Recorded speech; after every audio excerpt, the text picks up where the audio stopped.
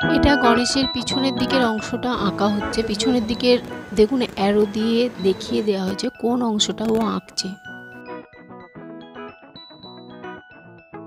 গণেশের মাথার ওপরের দিকটা চুলের অংশটা আঁকছে। দেখুন এখানে চুলের অংশটা আঁকা দেখানো হয়েছে। এখানে একটা পিকচার দিয়ে দেখিয়ে দেওয়া হচ্ছে অ্যারো দিয়ে কোন অংশটা আঁকছে।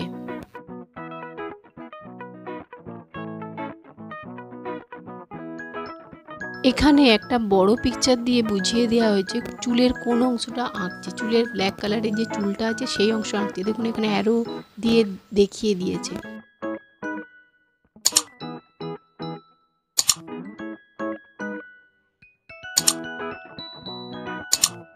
এটা চুলের ওপরের দিকটা দেখুন ঝোঁটন বা গোল আকৃতির যেটা অংশটা অ্যারো দিয়ে দেখিয়ে দিয়েছে ওই অংশটা আঁকছে। এটা পায়ের নিচের দিকের লাল অংশটা আঁকছে। এখানে একটা পিকচার দিয়ে লাল অংশটা অ্যারো দিয়ে বুঝিয়ে দিয়েছে কোন অংশটা ও আঁকছে।